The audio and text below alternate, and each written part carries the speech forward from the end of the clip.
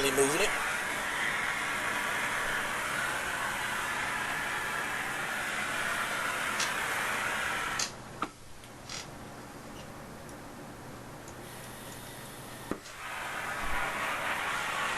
And now we're doing the same thing we've done on the other side to this side. This is the hot water side.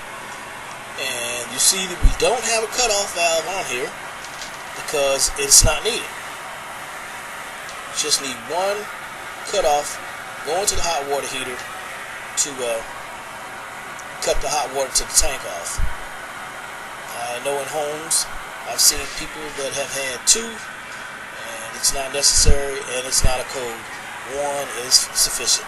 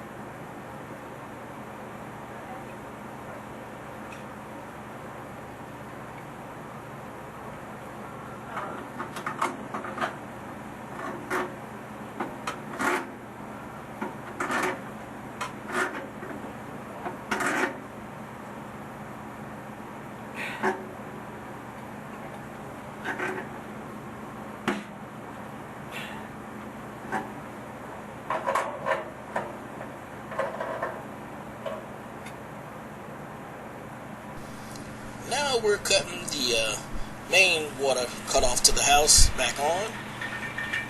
Already you can hear the tank starting to fill.